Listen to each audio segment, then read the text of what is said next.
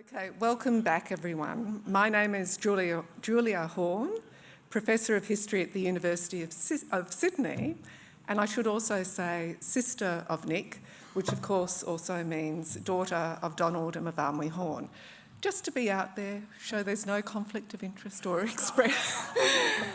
Now, I want to deeply acknowledge we are on the beautiful lands of the Ngunnawal peoples and pay my respect, of course, to elders past and present, and indeed to all Aboriginal and Torres Strait Islanders people who are here today. I think we all know that the sharing and creation of knowledge has long been a significant part of their cultures and, of course, continues to this day. And it's been just, really so interesting to hear some of that yesterday and again in this session.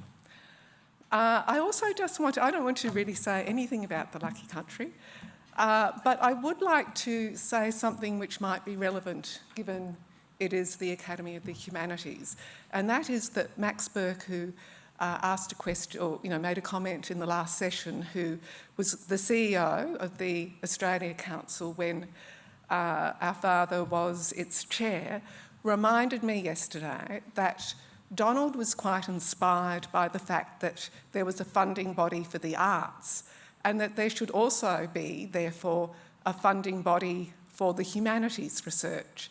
And he and Kay Daniels, who, was very important in this thought, actually went around and campaigned for this.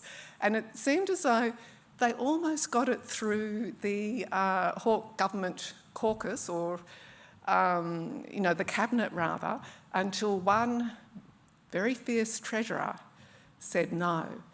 But the papers are there somewhere in the Mitchell Library, and it's just, I think, fascinating to think that if that had succeeded, particularly with the work of Kay Daniels in preparing the documentation, that there would be perhaps not a steady stream of funding. That's too optimistic to think of government funding these sorts of things, but there would have at least been an acknowledgement that humanities does require research funding, as do other disciplines, of course, and that there was a recognition of that at the state level.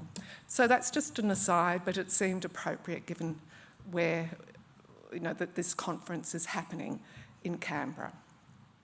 So this session is on environment, space and place, and we have 4 papers today and 5 presenters, most of whom are actually online. So welcome, welcome to everyone up there. Now, the first paper is presented by 2 presenters, Dr. Lorina Baker and Eliza Kent. So Dr. Lorina Baker is a Wankamara Marawari oral historian, filmmaker, storyteller, artist and theatre practitioner. She works in partnership with Community on Aboriginal-led, designed and managed research and creative projects. And she's a founding member and director of Taragara Research at UNE.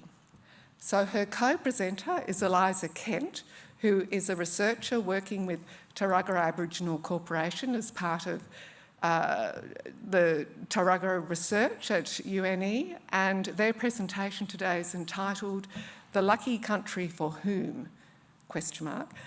Definitely not First Nations people.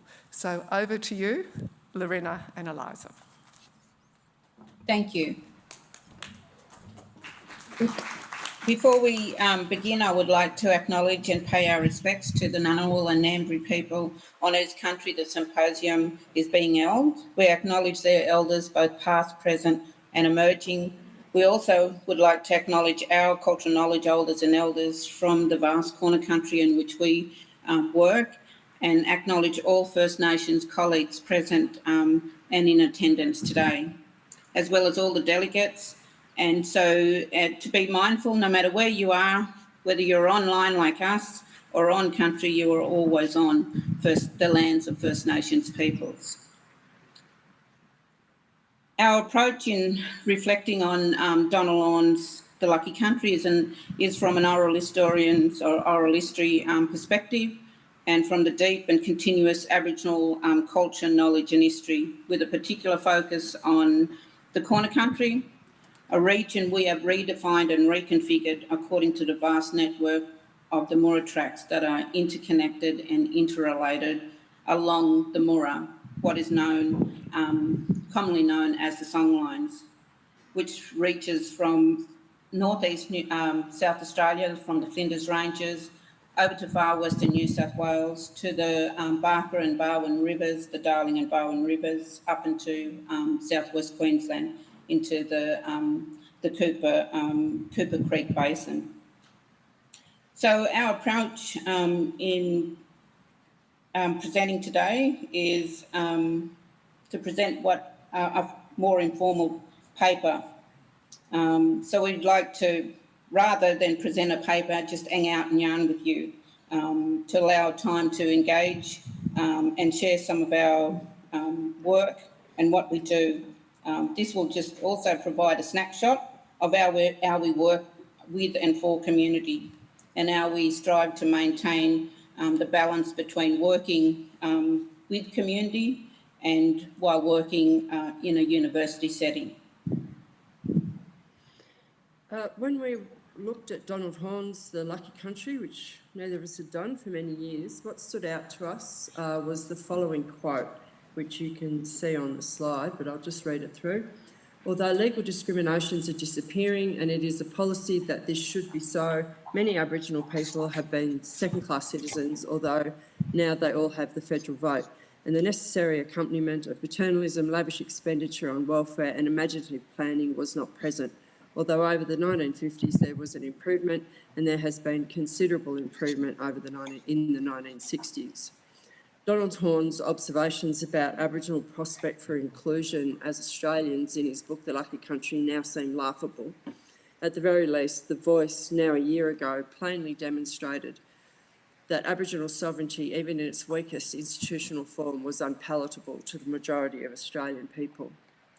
First Nations people make up merely 3% of the Australian population, firstly because of the frontier violence and massacres of the 19th and 20th centuries, and secondly because of the enduring inequities in health, education, employment, housing, and the consequences of over-incarceration.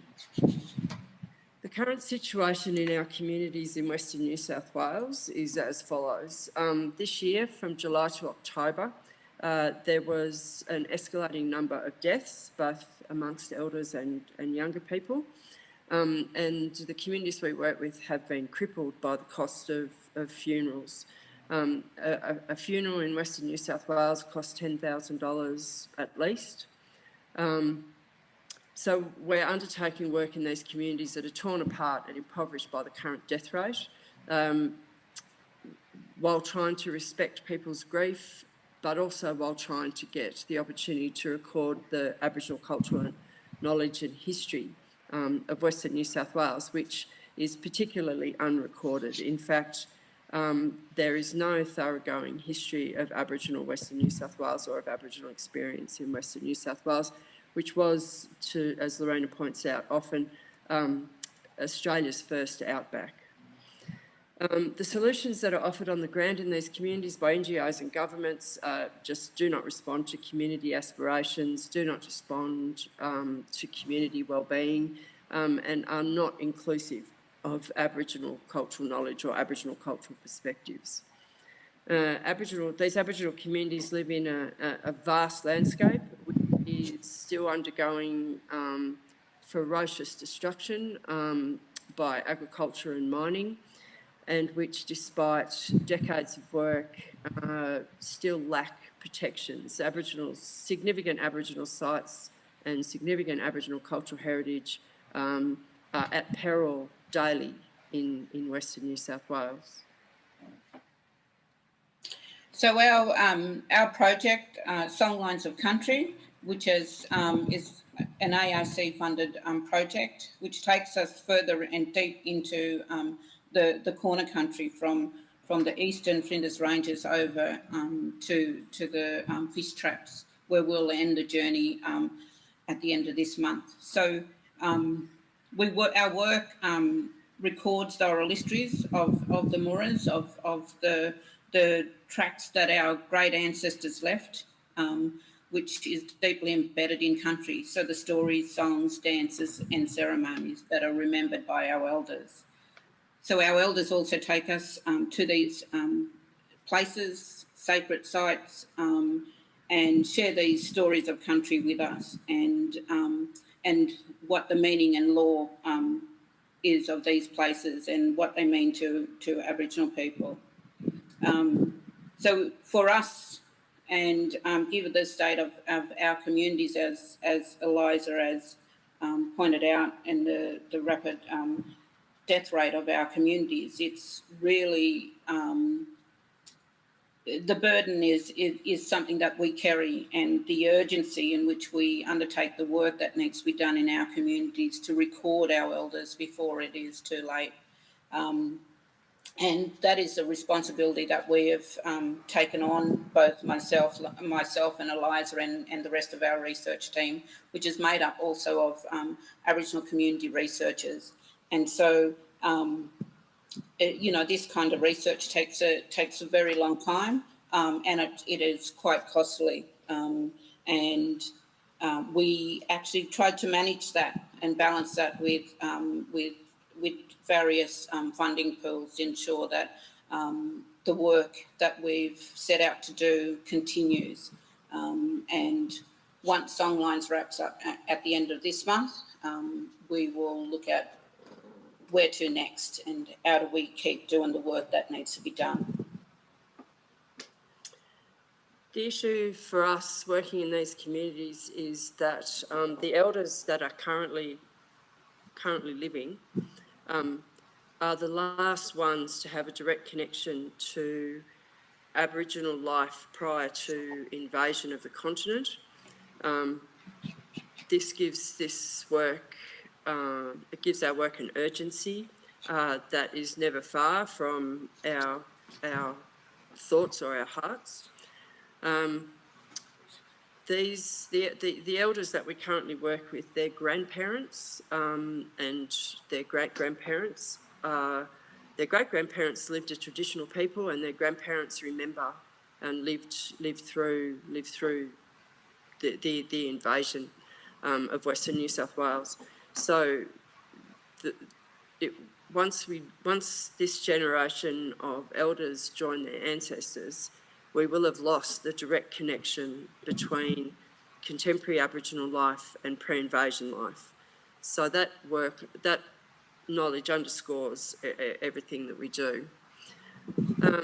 We're very aware of the historical continuities, which quite possibly this audience is aware of also. The frontier massacres in Western New South Wales, of which we're currently researching, were extreme. The presentation by Australian histories of the Western New South Wales as thinly populated and marginal country is a complete misrepresentation of what Aboriginal elders understand the country to have been prior to invasion. As one of the elders we work with, Uncle Paul Gordon, says, the country was so good they thought they could run sheep out there. And we have, settler colonial communities have run millions of sheep across this sacred country.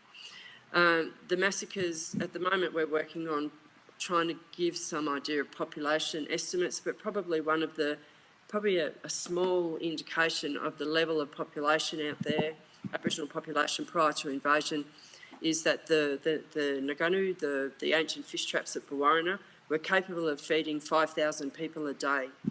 So just that figure alone gives a much deeper perspective of the types of populations, Aboriginal populations, that were moving through Western New South Wales prior to invasion. Massacres out there continued up until at least the first half of the 20th century.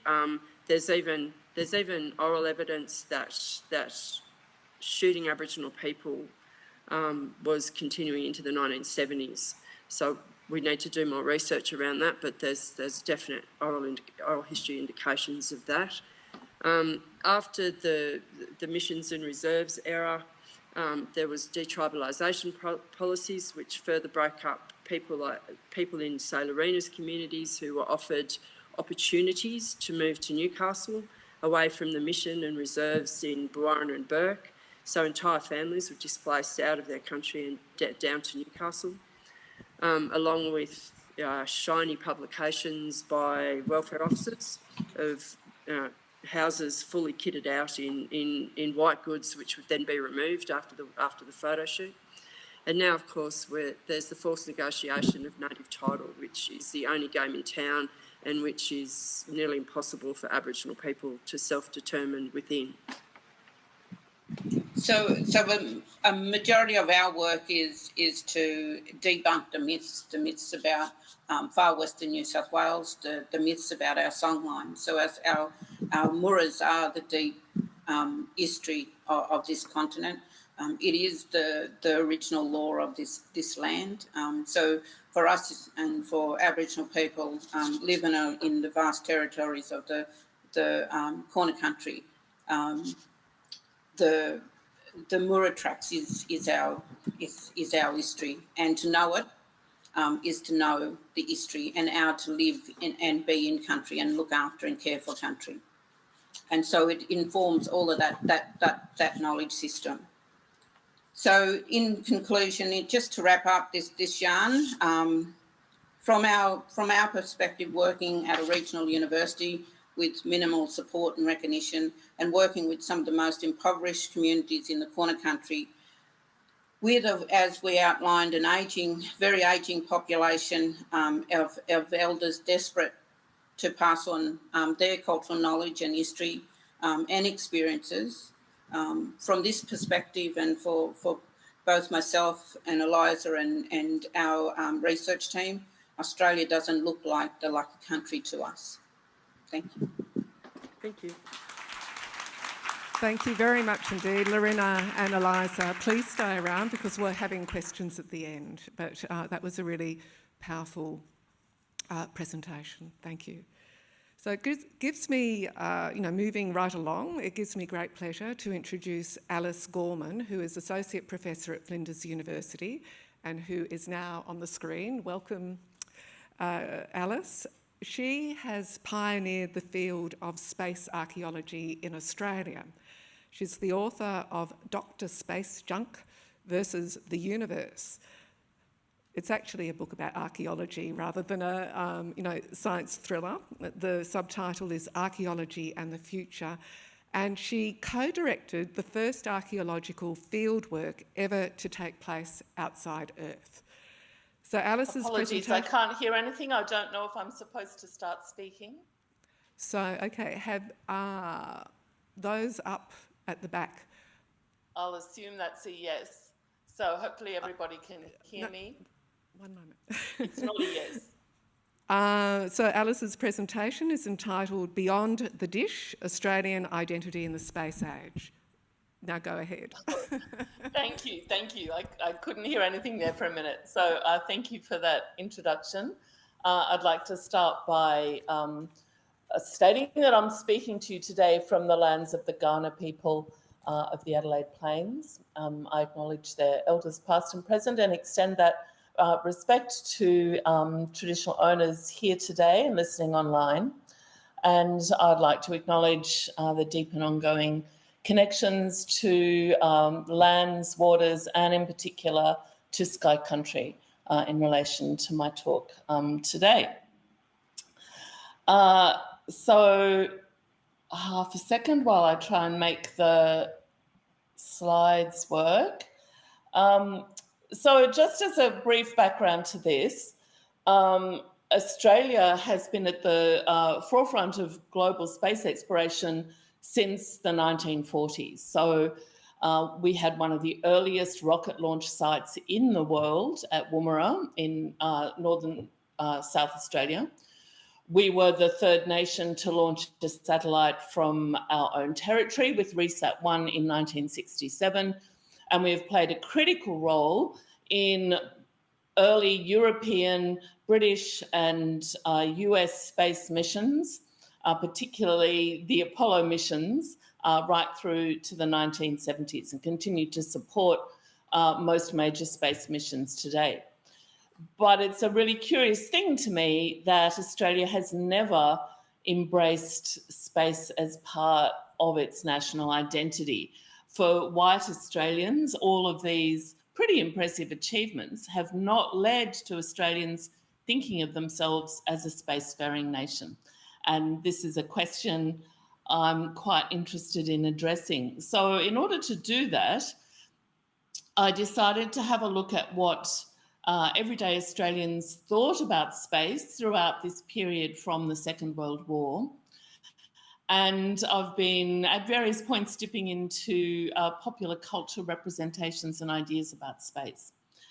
And there are two in particular I'd like to look at today, the intersection of thoughts about space and Marxism in Australia in the 1950s, and then moving on into the 70s, 80s and 90s, a conception of how space exploration was related to the Australian bush. In 1939, a society called the Futurians was established in New York, and it was an explicitly Marxist science fiction group that was interested in the future. It included such luminaries as Isaac Asimov, Robert Heinlein, Arthur C. Clarke, Theodore Sturgeon, and many others. And inspired by this, a Sydney Futurian group was established, I think in 1939, but certainly very active immediately after the Second World War. So in the 1950s, the Sydney Futurians were extremely active. They had club rooms on Oxford Street with regular meetings. They hosted a series of national science fiction conventions. They engaged in a lot of vitriol was exchanged between various rival science fiction groups in Sydney, the North Shore Futurians, the Australasian Science Fiction Society, and a couple of others as well. Reading their newsletters is quite hilarious. And the other thing I love about this story is that the Futurians were established by journalist Voltaire Molesworth, who went on to publish a lot of early Australian science fiction. So at this point, there was a huge interest in what the future might hold and what technology might bring. And there was an explicit connection with those Marxist origins in the New York Futurians. So throughout the 50s, this was such a visible thing that even the Australian Women's Weekly covered the conventions. And for those who know Laura Jane Smith, I think her parents were part of this scene. For a long time, they were the only Australians to ever have won a Hugo or Nebula award. So we've got all of the science fiction societies and the conventions, but something to me just as extraordinary, which I found out by random, was there was an Australian television personality called Edna Davis, who was so inspired by the launch of the first ever satellite, Sputnik 1 in 1957, that she wrote with her husband a song called Under the Sputnik with You. She sent it off to Russia, where it became a hit. So much so it was played by one of Russia's most famous military bands. It attracted a bit of attention, and throughout the 50s and 60s, Edna and her husband continued to write songs extolling the achievements and virtues of Russian space industry. And in 1971, they were both awarded the Lenin Medal. You can imagine they had an ASIO file that was pretty thick. And Edna was popularly known as the Sputnik singer. So we've got this really quirky, odd little intersection with the Russian space program through this particular person's interest and passion for it. And I think it's quite a wonderful story. On a more political side, perhaps, Dame Mary Gilmore will be familiar to people, particularly as her face still appears on the $10 note.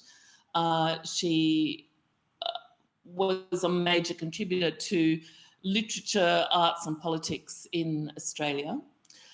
But she was also a keen observer of what was happening in space exploration across the world. For 10 years, she wrote a column called Arrows in the Tribune newspaper, the mouthpiece of the Australian Communist Party, which also had record membership at this time.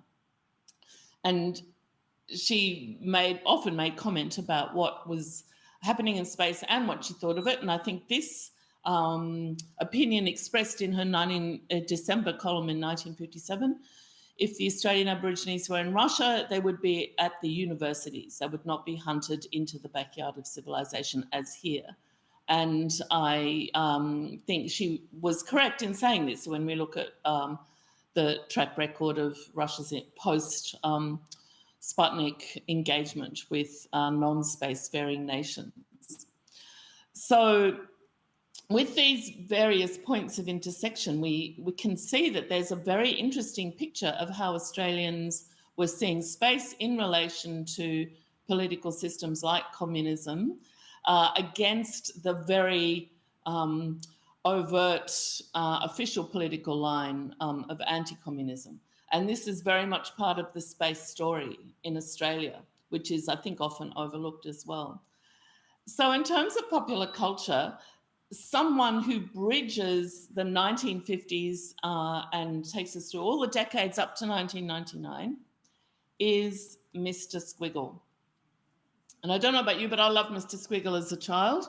I attended his 30th anniversary performances. I went to one of his tour dates in Sydney, and I think me and my friends were the only adults there who did not have accompanying children.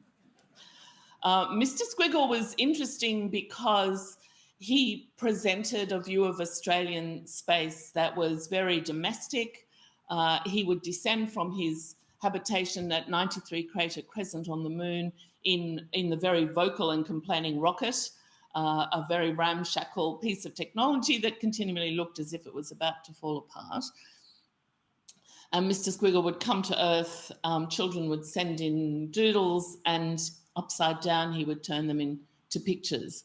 So this was something very much aimed at children, but it was family watching too.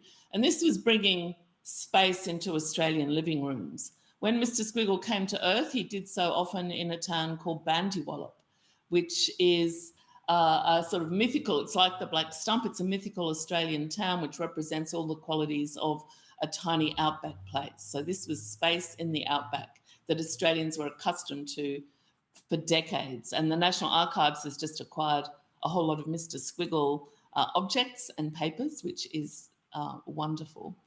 So as well as television, Australian children had the opportunity to enjoy rockets in rocket parks. And these were scattered up and down the country. They originated in the Blue Mountains with a particular Rotary project, and they were also associated with the growth of American service-style clubs. They were multi-generational space objects. Children would go and play on the rockets. They would take their own children to play on the rockets. And when many were removed or partially dismantled due to child safety concerns in the 70s, people mourned them and regretted them. So much so that in 2018, Blackheath very proudly restored its own rocket to health. So they have a new lease of life in the contemporary Australian scene. But this was about space and children. This was about making space accessible and tame and part of the community. In 1979, there was a major Australian space event. This was the re-entry of the Skylab space station, which fell in pieces over Western Australia. And if you were to ask Australians what space object or space event they remember the most, it's not the satellite, it's not the rockets that Australia designed, it's a US object falling back to Earth and strewing litter across large parts of the state. This inspired an iconic Australian film, the 1986 Dogs in Space, directed by Richard Lowenstein, which features a share house in Fitzroy, a beautiful young Michael Hutchins, and they go out, they watch to see Skylab falling, and they go out looking for things they can burn to replicate Skylab artifacts. So this Australia is a bystander, a viewer. It's not a participant in these versions. And in fact, there's a current series called Last Days of the Space Age, which is similar. Skylab is the backdrop to domestic events happening rather than the focus, I guess. And I draw your attention to Donny Osmond on the stage of the Miss Universe competition. This association with children and the domestic setting is very much featured in a very popular children's book, The Outback Rocket Ship, in 1989, in which a number of iconic Australian wildlife creatures put spacesuits on, get into a spaceship that looks like a beer bottle, take off. It's highly unsuccessful. The beer bottle re-enters and falls on the Mayor House. It creates the damage that Skylab, in fact, did not make. But it's almost as if Australians expect there to be space failure. It's quite an interesting evocation of what Australians expected of space in the 1970s and the 1980s. And finally, of course, everybody's favourite space film here and internationally, The Dish, directed by Robert Sitch in 2000. A huge feature of this film is the contrast of the high technology with the backyards, with the sheep, with the paddocks, and of course, there's a whole sense of Australia as the underdog against the huge force of NASA, and the aspect of larrikin behaviour in the context of something as momentous as going to the moon. This wraps up a whole lot of issues about Australian space, I think. So just from this little dipping of toes into the water, I think it's very evident that Australia has had and continues to have quite a complicated relationship with outer space. We can see here there's some individuals who engage with space internationally as well as nationally in perhaps more enthusiastically than politicians have in Australian history. I think the example of the communist takes on space versus the political line maybe reflects Australia's position next to Southeast Asia, the domino effect, the UK on one side, the US on the other side, a traditional technological cringe or tall poppy thing going on. And looking at the various examples from the 70s through to the 80s, there's definitely a comical element in the way space has been regarded. Before we got a space agency, part of the discussions we had around that was that politicians would look at space issues as a giggle factor. And I used to say to one of my senior space colleagues, please stop saying giggle factor. The more you say it, the more you make it real. But now I'm actually not so sure that he wasn't right about the giggle factor, because we have this gentle comic element that comes through in a lot of these later examples. So, and I'm probably about out of time. So we have this really complicated relationship with space. We don't have a coherent narrative as other spacefaring nations do. My question is, do we need one? Should there even be a coherent narrative, as many propose? And I will finish with two examples which I think represent this kind of bouncing between different poles. So the first is a play that was produced in Sydney in 1995 called Dykes in Space. And the plot was basically sensitivity, intelligence and libido going in search of the lost planet Spunk. And if anything could be more Australian than that, I don't know what it is. And then a quote from John Kinsella's fine poem, which looks at the impacts of Skylab. So he looks at this object that fell from the skies as a kind of accidental empire building, an occupation of the vacant spaces like Woomera, a roar that fills the void of Terra Nullius. Thank you. Thank you very much, Alice, and please stick around because we'll have questions later. So thank you for your very thoughtful paper. So Tom, can I ask, are you going to go up there or is it, okay, well then I'll stand up while you go up there and I'll introduce you standing up. So next we have Tom Griffiths, who's Emeritus Professor of History at ANU and also Chair of the Editorial Board of the Australian Dictionary of Biography. Of course, I think many of you will know that he's a multi-prize winner of awards for his writings on history, science, literature, politics and journalism. So Tom's presentation today is entitled The Ecological Revolution. Good morning. Thanks very much, Julia. And this has been a wonderfully rewarding symposium. Thank you, Frank and Mark, and thank you, Nick and Julia, for bringing us together here.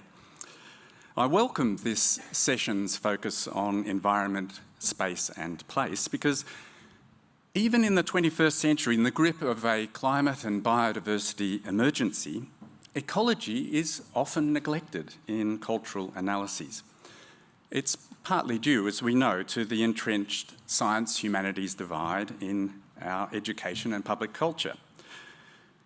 Yet it's also because ecological understandings of the Australian continent represent one of the greatest changes in the idea of Australia in the 60 years since publication of Donald Horne's The Lucky Country.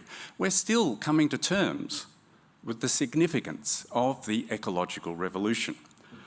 Horne was blind, as were most others at the time, to the deep biological and cultural narrative of Australian Earth, as well as to the enduring Aboriginal character of the continent.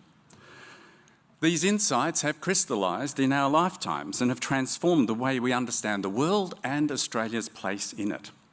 This is not to criticise Donald Horne for overlooking them. Rather, it reminds us that if such a brilliant and edgy analyst didn't see them in the 1960s, then these things were not part of the Australian zeitgeist at the time, hardly even at the edges of it.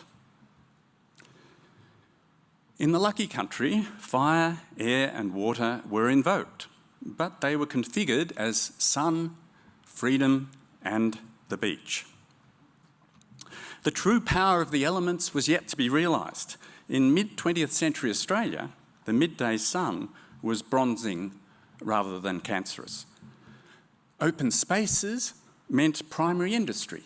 Nature often meant raw materials, and the bush was represented as a social setting, an inspiration for literary and artistic expression, and a subject of national myth-making. Australian nature was distinctive and the substance out of which a new society might be wrought, but it was not afforded independent agency and integrity, and nor was it regarded as finite. Nature was a setting, a commodity and a resource. It needed to be fought, tamed and reshaped to human needs. It was separate from humanity and subordinate to it. It was the background to the human drama. There was one significant way in which Horne mobilised the environment politically, and that was in terms of geography. Australia's geographical position on the globe was seen to have consequences. The southern continent's proximity to Asia, its kinship with the Pacific, its long-distance triangulation with Britain and America, this was our unique geopolitical predicament. What did it mean for emerging national, social and political identities? Another book published about the same time, a book whose title also entered the language, Geoffrey Blainey's The Tyranny of Distance, published in 1966, asked Australians the same question. Both books saw Australia in the 1960s as drifting geopolitically. Blainey ended The Tyranny of Distance with a vision of the island continent floating in the southern seas, unmoored. The Antipodes, he wrote, were drifting, though where they were drifting, no one knew. For Donald Horne too, Australia had lost its bearings. But geography is often, I think, part of mainstream cultural and political debate, so perhaps this was no great leap. Ecology, however, is very different, for it is a discipline that questions the centrality of humanity. It reminds us that humans are inescapably part of nature and that their fate may even be determined by the elements and other creatures. Ecology first emerged as a scientific term in the 1860s and assumed professional status as a science in the 1930s, but it wasn't until the second half of the 20th century that its insights gained moral and political impact. The anthropogenic planetary peril that loomed in 1964 was atomic rather than climatic. The nuclear threat galvanised environmental thinking.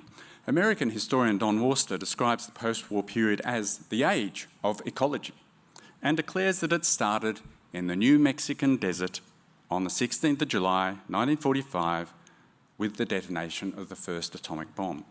The atomic threat to all planetary life generated a new moral consciousness founded on the insights of ecology. It was called environmentalism.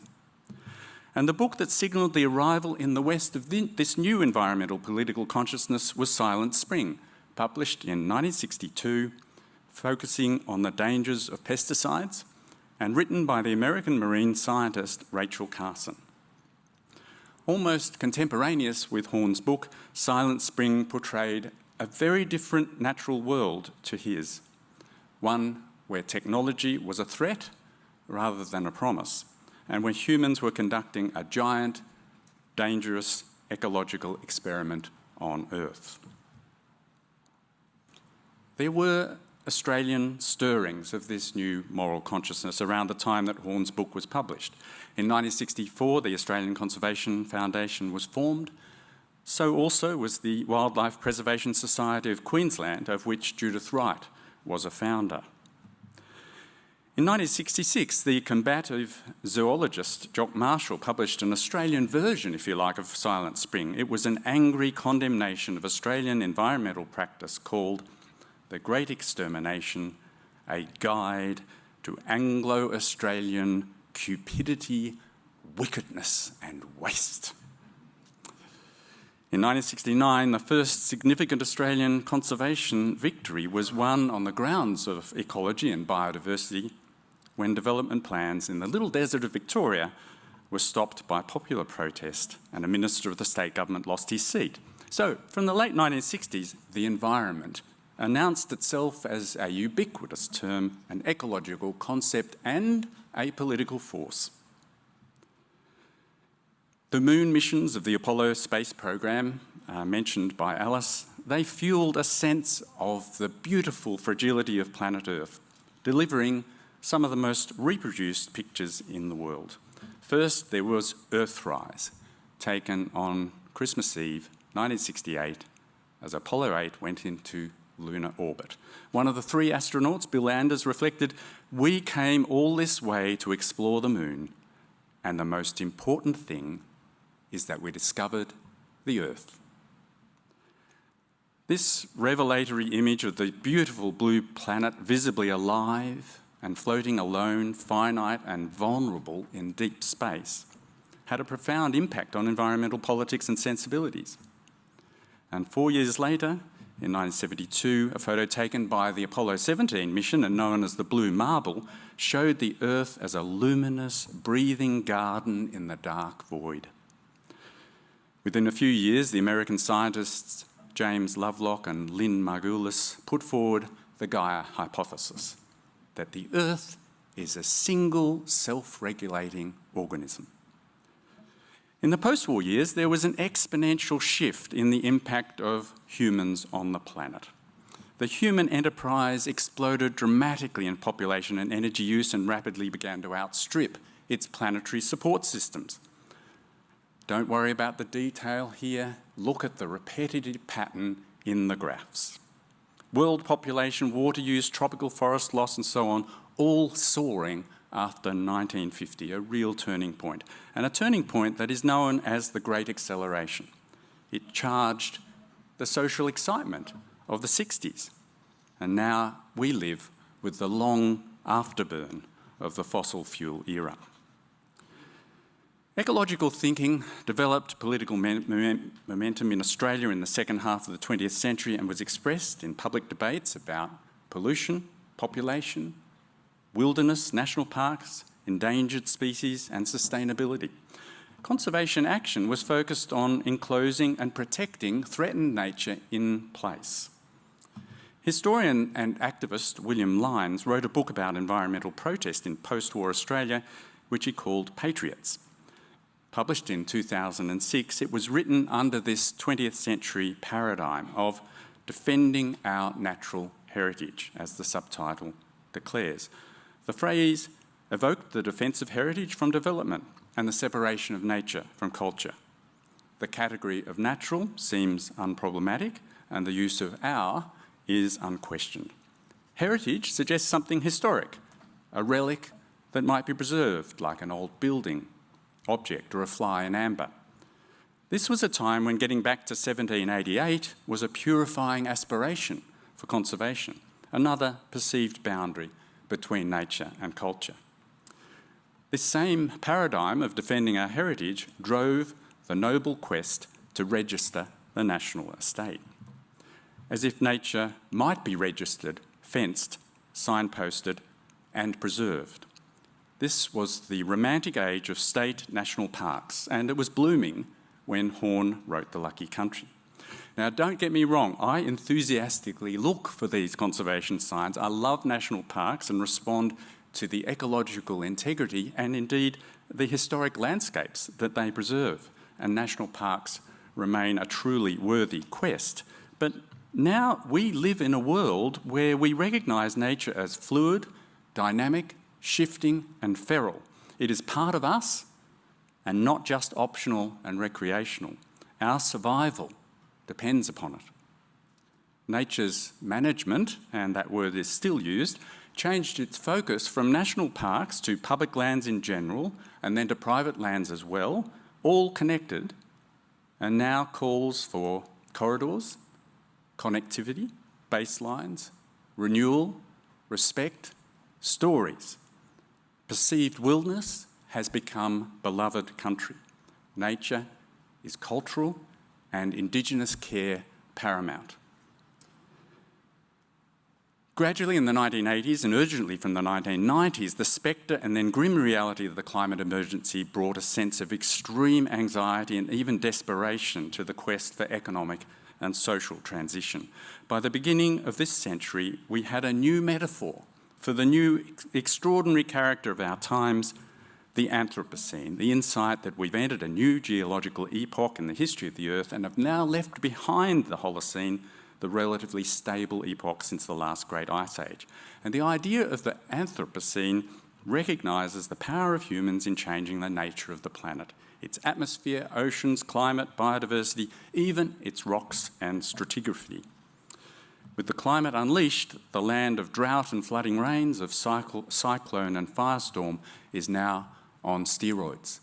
This image is a satellite snapshot of the continent during the Black Summer. Just as nature could no longer be corralled, so did ecology invade the heart of economic debate. Pollution, extinction, forest destruction, population growth, these concerns were suddenly seen as symptoms of a much greater cataclysm. Local indeed became global. What you did in your backyard had planetary ramifications for good or ill. The warriors at the front line of logging protests were suddenly recognised not only as local heroes, but also as defenders of precious carbon sinks, as fighters for the future of the Earth. Ecological thinking could no longer be dismissed as dilettantish luxury. Rather, it had become the single essential survival tool for our species. Yet here we are, a quarter of the way into the 21st century, and still our politics and even our academic discussions fail to centre the existential emergency. We've come up hard against the limits of our human capacity to act rationally and collectively in the face of planetary peril. We've discovered that we are instinctive denialists when we contemplate extinction, even our own. Two Australian biographies in the last half century exemplify the ecological revolution. Judith Wright was born in 1915 and she arguably became Australia's best known and most admired poet of the 20th century. From the 1940s, her poems quickly entered the national literary consciousness. Her early poetry was popular and critically acclaimed because of its distillation of white pioneer mythology. Yet she was to become a critic of that inheritance, especially regarding the violent dispossession of Aboriginal peoples and the destruction of the environment. Rights activism quickened in the 1960s through her work as president of the Wildlife Preservation Society of Queensland, and soon she was passionately engaged in defence of the Great Barrier Reef from mining. Her advocacy moved swiftly from wildlife preservation to the conservation of whole ecosystems and Aboriginal rights. Her defence of nature was founded on an ideological critique of Western civilization. She always understood just how radical the ecological revolution was. It was not only about saving particular places, it was about saving the earth. In the 1980s, she said of the Great Barrier Reef, "It's not the explosion of the crown of thorns starfish population, but that of the human species and its wants that will destroy the reef." She foresaw there would not be a local starfish, but human planetary impact that would bleach the reef into oblivion. The other biography I turn to is that of Tim Flannery, born in 1956, who became a scientific celebrity in the years following Judith Wright's death. He began in the late 1960s as a young field naturalist inspired by Jock Marshall, then as a zoologist volunteering and working for museums. He shaped his career through frontiering in New Guinea and the islands, became dedicated to understanding marsupials now and through time, and composed a grand, best-selling ecological narrative of Australian history called The Future Readers. In the late 1990s, as the plight of the planet became obvious, he turned urgently to climate change science and politics, which engulfed him. In 2005, he published The Weather Makers, a year before Al Gore released his film An Inconvenient Truth. The celebrated Australian became a global figure. The first act of the Abbott government in September 2013 was to sack Flannery as Chief Climate Commissioner. Flannery was both product and exponent of the ecological revolution. He morphed mid-career from being the relatively uncontroversial student of new species in Australasia into the inescapably political role of global climate scientist.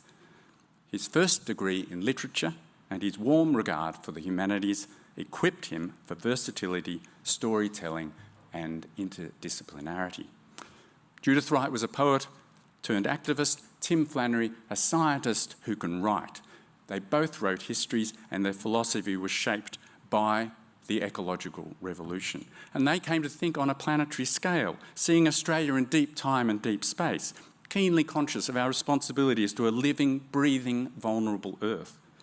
Donald Horne would recognise their investment in shaking the nation awake, their belief that good ideas might save us. But in the early 60s, he could not foresee how swiftly and brutally planetary fate would overwhelm Australia's luck. Thank you. Thank you, Tom. Thank you, Tom. So thank you for that most thoughtful paper too. So for our final paper, the presenter is Dr. Sarah Pinto, who's a senior lecturer in history at Deakin University. So welcome, Sarah. Glad you're on the screen, yes. And she's the author of the award-winning Places of Reconciliation, Commemorating Indigenous History in the Heart of Melbourne. And Sarah's presentation is entitled Thinking About Place in So-Called Australia. Over to you. Thanks so much, Julia. And thanks to Frank and Mark for inviting me, although I perhaps don't thank you for the unenviable task of following those four speakers as the last speaker in this session today, but I'll give it a go. I just wanted to start by acknowledging the Ngunnawal and Ngambri peoples on whose unceded lands you are gathered today, and to pay my respects to elders past and present. And I'd also just like to acknowledge that I'm speaking from the unceded lands of the Wurundjeri peoples in Melbourne or Naarm, and to pay my respects to Wurundjeri elders past and present as well. And I just extend that acknowledgement and respect out to all First Nations peoples here today, wherever it is we happen to be. Okay, thinking about place. When I want to think about place in so-called Australia, I have to admit that I don't immediately turn to a text like Donald Horne's The Lucky Country. Apologies, Frank and Mark and everyone there today. Instead, I probably tend to first think of the often very lyrical writings of Australian scholars of place over perhaps the last 3 decades or so. So I might think first of Paul Carter's spatial histories of naming, mapping and colonising in these places. Because Carter's work really got me thinking about how places were and are made by colonisers. As he says, by colonisers choosing directions, applying names, imagining goals and inhabiting the country. Or I might think of the late Ross Gibson's description of what he calls the Badlands of central Queensland, or what's now known as central Queensland, as an, and I'll quote him directly, immense historical crime scene where violent secrets are lying around in a million clues and traces. And I guess I often think of that because it made me really wonder about how those clues and traces might be made more visible, particularly to settler Australians, and what that might do. Or I might think of the Wurundjeri artist and scholar Mandy Nicholson's explanations of Naarm, or Melbourne, as her country rather than as a settler city, where, as she explains, she, and I'm quoting again, I can't help myself, she does not see the streets, buildings or the concrete, and instead sees what is beneath, in and above in the 6 layers of Wurundjeri country. And I guess I come back to that quite a bit, and to Nicholson's work more broadly, because it reminds me that I'm always thinking about place from my own perspective as a settler and as a settler historian in particular. And perhaps even more than that, that I still have so much to learn about this place, these places. More often than not, though, I find myself returning to a reminder by the historians Tracy Bannerman-Omar and Penelope Edmonds, or I should say the late Tracy Bannerman-Omar and Penelope Edmonds, that, and I'm quoting again, the impact of settler colonialism is starkly visible in the landscapes it produces. And I guess I find myself returning to this reminder because it seems to offer such a clear starting point for thinking about place in Australia, in so-called Australia today.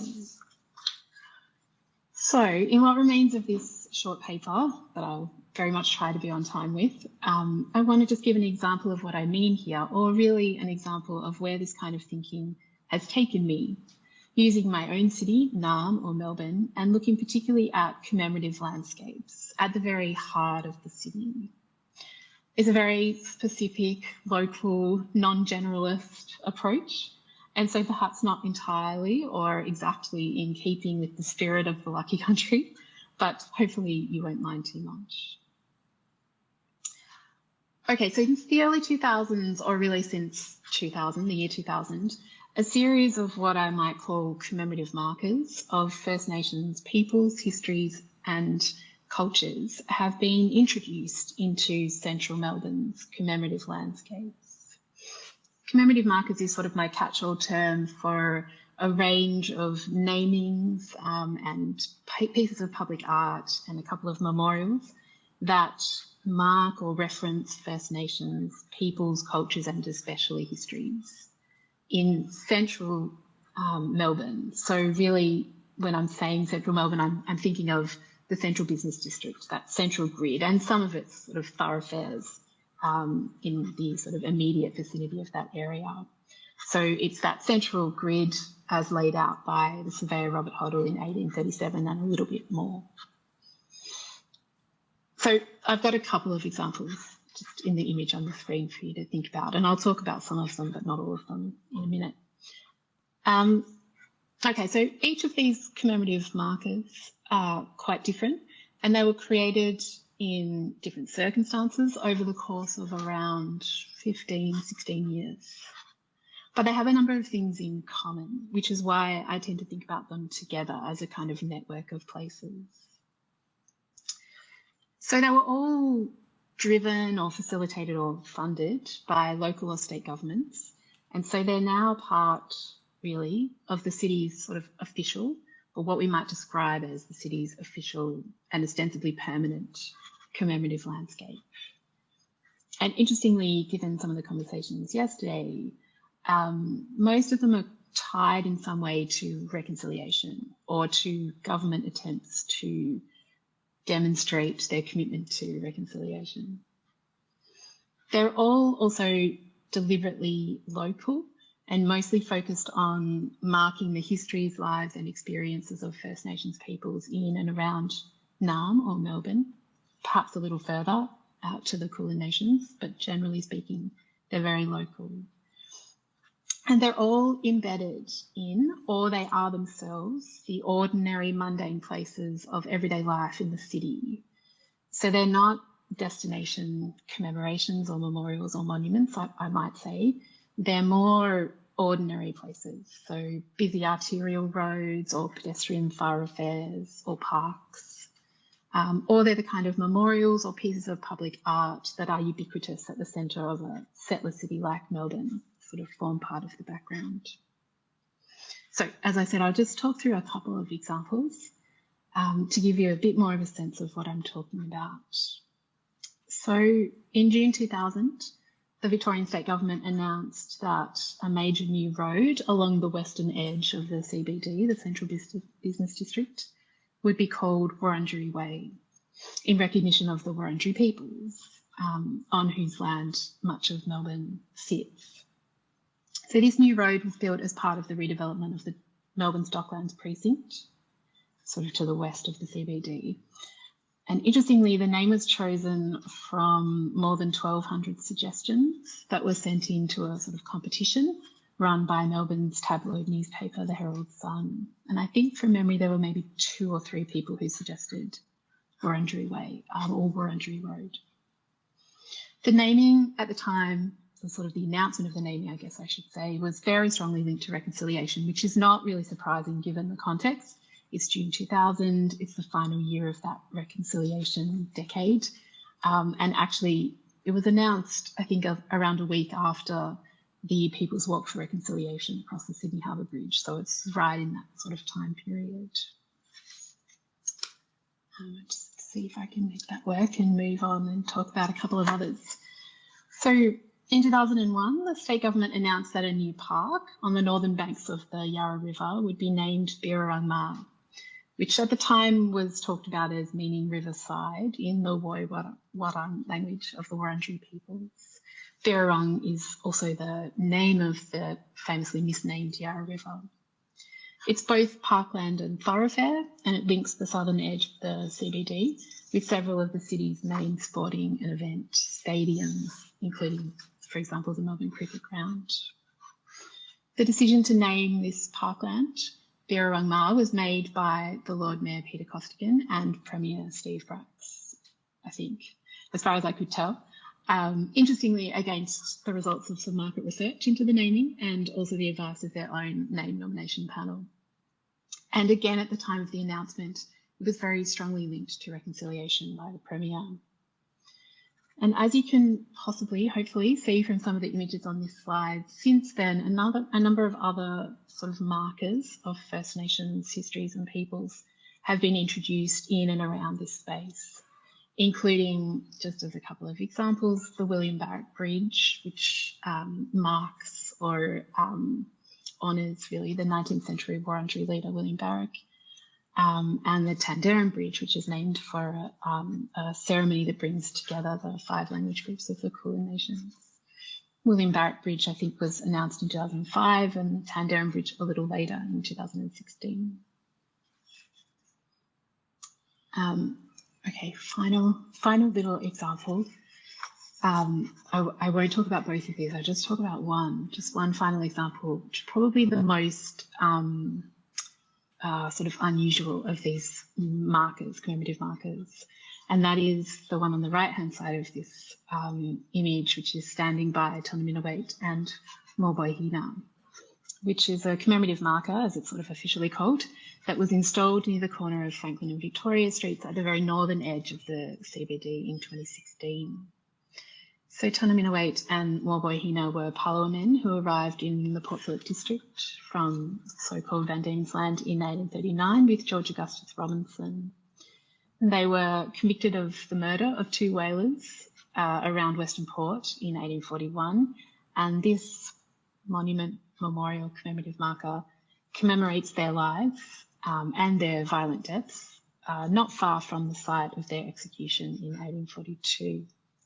It was commissioned by the City of Melbourne following quite a long campaign by a small group of local activists, Indigenous and non-Indigenous.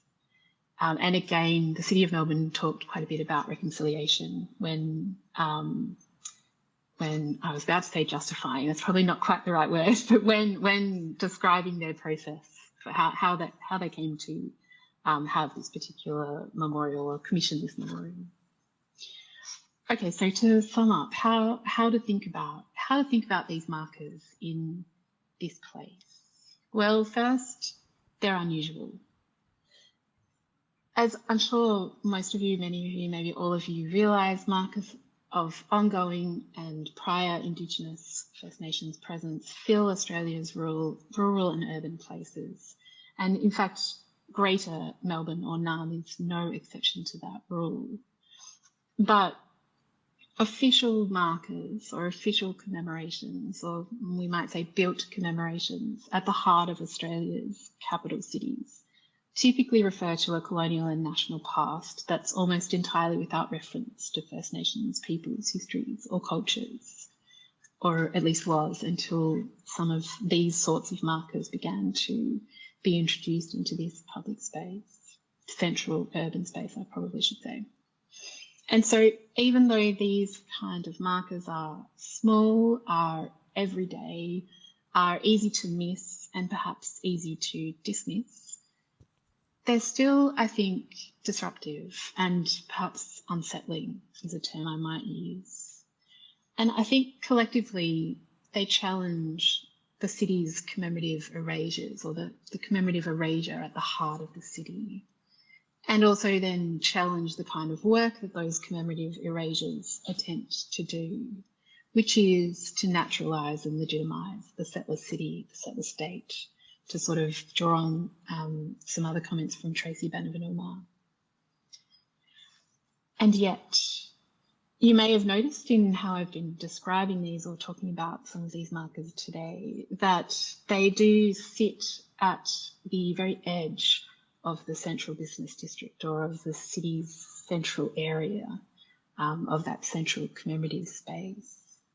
So although most of them are within or sometimes even part of highly visible places of thoroughfare that are at times filled with people and traffic, they're nonetheless also at or just beyond of the city's grid of streets, the Hoddle grid as it's often called, that were marked out by the surveyor Robert Hoddle, as I mentioned earlier. And so when I think about the location of these markers on a map of central Melbourne, or when I visit them in person, as I often am drawn to do, I almost feel as if they've been pushed to the edges, almost as if the city itself has pushed them to the edges in what feels like an attempt to really minimise their disruptive potential, perhaps even recognise and then minimise their disruptive potential. I really will sum up now by saying I'm not sure that I can or want to move back out from this very specific, local and slightly personal account and try to generalise about place in Australia or even about place in the centre of Australia's settler cities. Though I am, of course, aware that similar sorts of markers have also been introduced in other places. Sarah. But I guess I would return to where I started with a slightly amended version of Tracy Bannerman-Omar and Penelope Edmonds' reminder that the impacts of settler colonialism continue to be starkly visible in the landscapes it continues to produce in Australia, in so-called Australia today. And I might end by noting that I have found that paying attention to place in the way that I've sort of sketched out in this short paper has given me a way to listen more closely to First Nations peoples, or to try to anyway, and to listen and try to hear. So I might stop there. Thank you.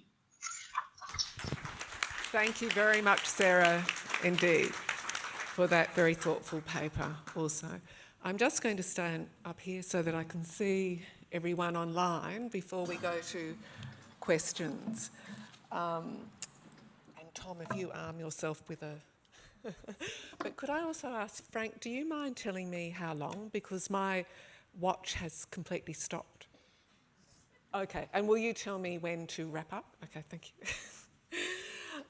Okay, so it's now question time. I mean, what I took away from that session was actually a real a real challenge, I guess, for the future in how we define, I don't like using the word heritage, but how we define our material and cultural heritage, environmental heritage, going into the future. It seems to me there are some significant challenges there, and perhaps, this is a session both to ask questions of our speakers about their papers, but also we have this remarkable talent here to perhaps talk about the future and the sorts of issues that they have marked for our consideration. So if I could open it up to questions. Okay, we have a question down here and a microphone is coming to you. Thank you so much to all of our speakers. I'm really struck with the sense of scale, especially hearing Eliza and Lorena talk about the fish traps feeding 5,000 people a day, and then Tom and Alice, the sense of that image of the earth, how that changed our sense of environmental consciousness. But my question's for Alice about this notion of a sort of national narrative about space, because it really seems that what you presented has been a really interesting set of ongoing conversations. I must say, first of all, about Mr. Squiggle, I'm not sure how many of you know that Stephen Hetherington, the philosophy professor who is now long retired at the Uni of New South Wales, was Mr. Squiggle's son, and I believe he may have been a member of the AAH in the past. We, of course, as we see from Tom's presentation, space and space travel, it is something that Australia has been involved and implicated in thanks to the United States, or because of the United States. It's also, of course, enormously environmentally destructive. There are many other priorities. We now have an Australian space agency for the first time. And so I'm curious, Alice, what is that reframed national narrative about space that you're looking for, that you think is missing? Because it really seems to me that you have laid one out, and that, our relationship to space really, and in terms of our sovereignty and so on, and environmental impact, it's a fraught one as well. Oh, gosh, so much in your question. And now that you say that, I think, well, I suppose you're right. There is a narrative around small-scale, domestic, paddock, backyard stuff, which is very distinctly different to the US, USSR, European Space Agency, which is very triumphalist and patriarchal, I guess, in tenor. So that's an interesting thing to contemplate. Although we do not have a space industry because of the US.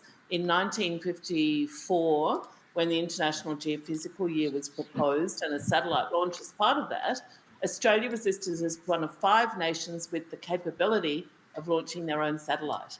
And we've stepped back from that. And we are currently, with this current government, stepping even further back from sovereign capability in space. So you may or may not think that's important, but it's just interesting that I'm sort of thinking about this. I suppose the problem space industry sees is that we don't have a narrative like our traditional partners in space activities, but in fact that isn't the problem. The issue is more that the things that make Australian approaches to space distinct, and in the current environment, I have to say, Indigenous engagement is a huge topic of discussion in space, around space internationally, and Australia could make more of a contribution to this. New Zealand is currently doing more around this than we are, and that could also be, a distinct narrative that maybe is yet to emerge. I'll try not to go on too long. There's so much to sort of think about here, but something I didn't say, I used the final image in my talk of the Voyager Golden Records. There is 1.26 minutes of music from Milingimbi Island in the Northern Territory on those records, which is now in interstellar space. And I think as a place-making exercise, that brings a new dimension to how we might think about this stuff. So hopefully that's addressed in part some of the things that you raised in that very interesting question. Thank you, Alice. So another question. So, oh, Grace, hi. Microphone to Grace, thanks. Thank you so much. Hello, I'm Grace Karskens from the University of New South Wales. My question is for Lorena and Eliza, and can I just say I'm in absolute awe of what you're doing. That is such an important project. And the question is just really practical. How do the communities you're working with want you to store that precious information about the Moras and all the other material you're collecting from the elders? And how are they going to access it in the future? Thanks. Thanks, Grace. I guess, you probably could ask that question next year, maybe after we do our final field trip. And this is our final field trip at the end of this month. We'll work with communities. So we've been talking to them about what do we do? So we'll actually get permission, reconfirm permissions to use material, what's reserved for community in their own archival places, and what we will share publicly in the Songlines book, as well as online. So all throughout Songlines, the project and our other small community projects that we run, which feed into the much larger project of Songlines, we're very selective of what we share, and it's why we didn't have any. We wasn't sure. I didn't ask the question whether this was going to be recorded. So we're very conscious of not sharing images of our elders. So they're very generalised scenery photographs and very selective. And what we'll do at the end of this month, as we wrap up Songlines, is then to actually commission from community what they would like us to share publicly.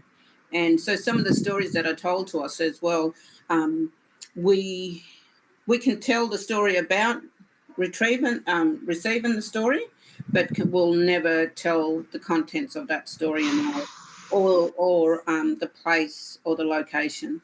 And so that's how we also protect what we,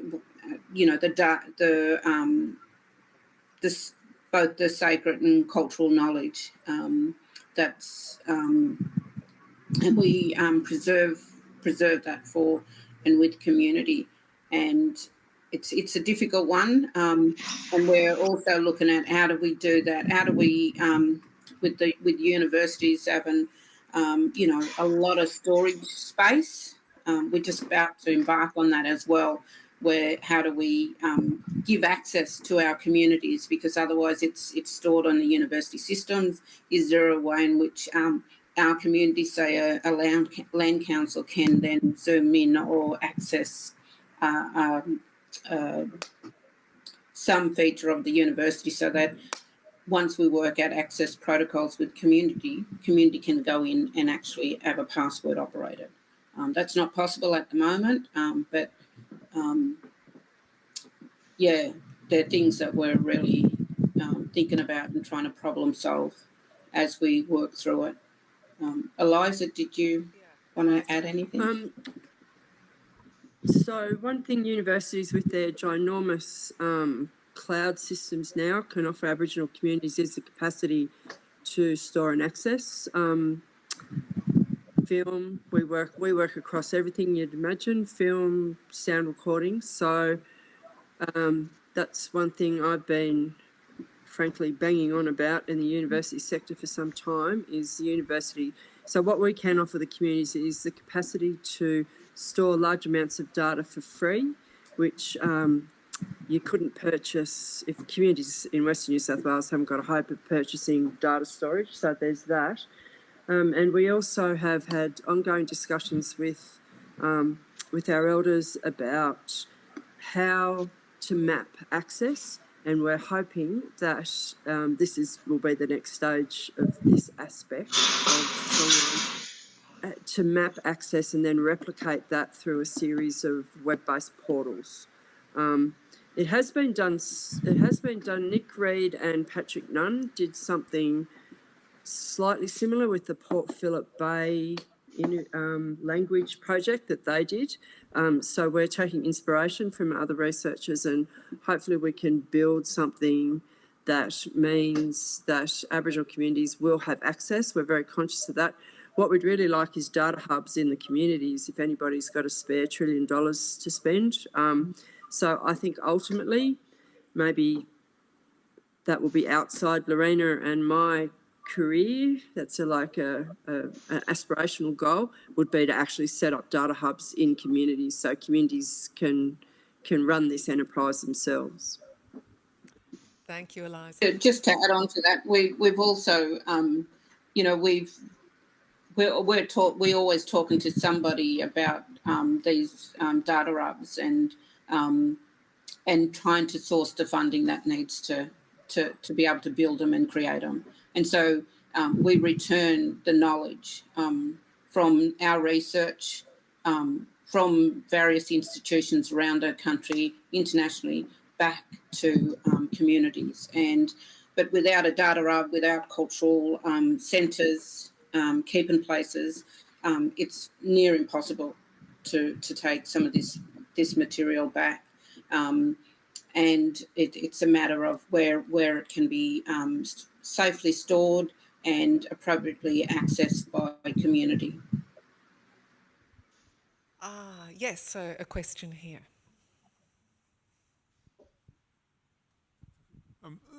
Tom, thank you very much for that very, very eloquent and